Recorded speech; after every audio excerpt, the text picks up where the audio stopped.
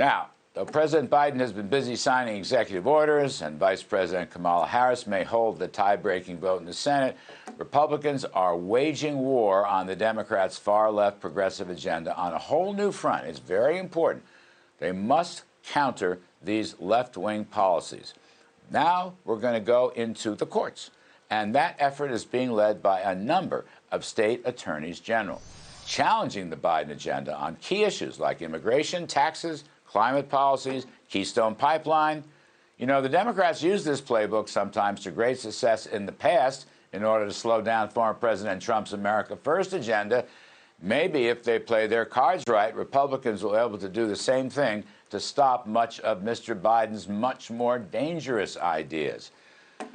We have on the show joining us now the leader of this new legal movement, former White House senior policy advisor Steve Miller. He just launched America First Legal. It's an organization fighting Democrats in the courts and helping those Republican AGs slow down the far-left agenda. Steve Miller, as always, welcome to the show. Let's just talk for a moment. What are some of your early targets with respect to helping these state AGs get some leverage and stop the left-wing agenda?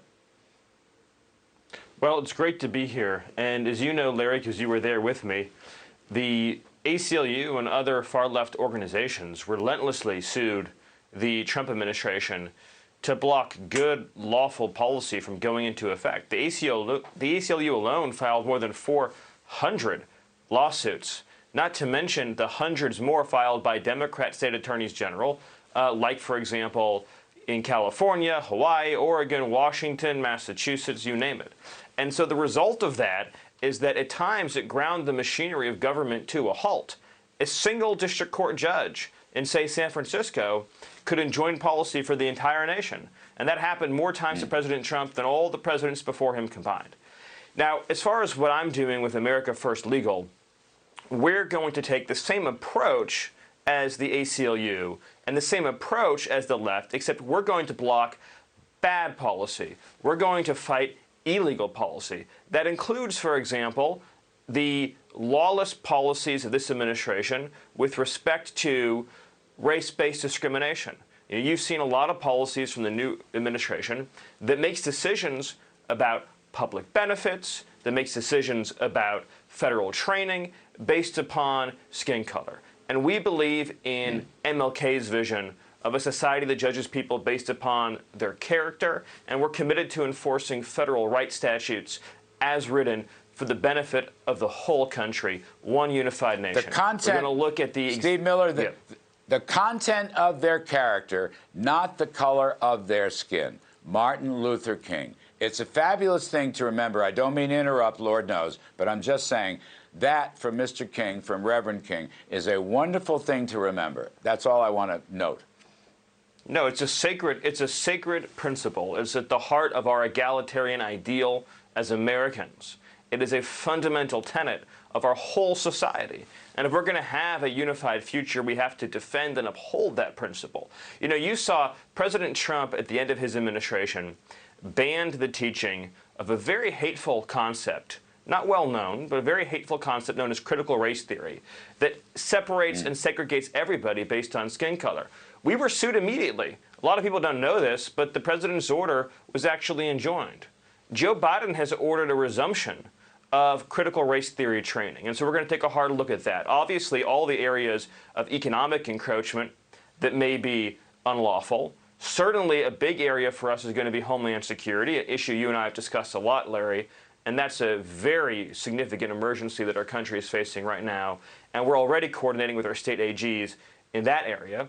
Another issue that's very important is the issue of public safety and the rule of law. And so anytime this administration makes a decision that we think's unlawful and that makes people less safe, less secure, less protected in their homes, and that's something that we're going to take a very hard look at too. We're going to be a pro-law enforcement organization. Obviously energy, obviously the Second Amendment.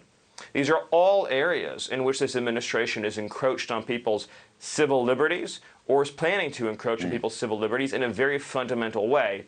But my bottom line on this, Larry, is that we can't have a situation in this country where if you elect or vote for a president who is to the left, They have a clean runway to do whatever they want and however they want to do it. But if you elect a president who's to the right of center, then that vote doesn't really count because their whole agenda is going to be tied up in court for 4 years. That's not democracy. We have to level the playing field. Yeah, amen to that. I think it's a great cause. Stephen, we had some new numbers out, speaking of the border and the disaster at the border. Some new numbers out for March. 172,000 crossed over in March. That is apparently the highest in about 20 years, since early 2001.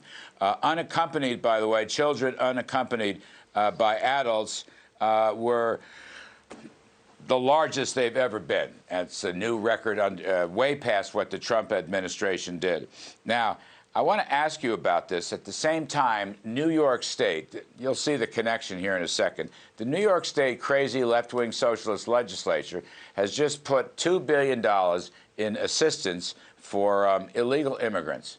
Not assistance for folks, you know, who live in New York State. And, of course, they're raising everybody's taxes, which is going to decimate the economy. And, of course, law and order has taken a back seat in New York. So you've got record crossovers in the southern border, 172,000.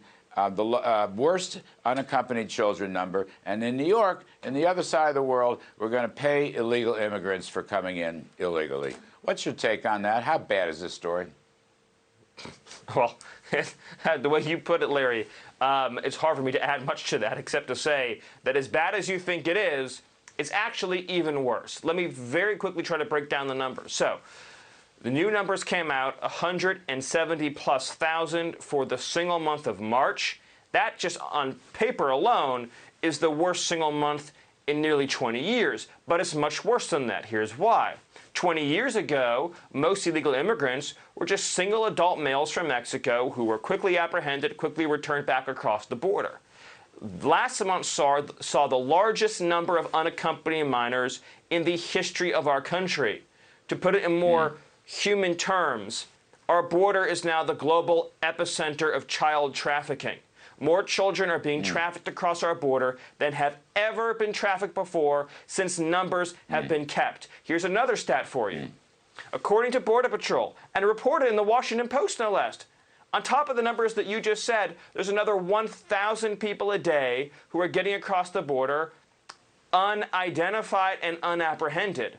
In other words, we have surveillance technology that allows us to estimate it, but they're never apprehended by Border Patrol. They're called gotaways. 1,000 people a day, some of them drug traffickers, some of them criminals, some of them engaged in smuggling contraband, smuggling weapons, are getting across the border without ever being interdicted.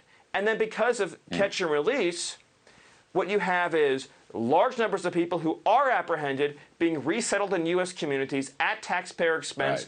And then you have governors like Cuomo giving them these massive benefits that are going to raise deficits, raise taxes, and are going to ultimately drain the Treasury.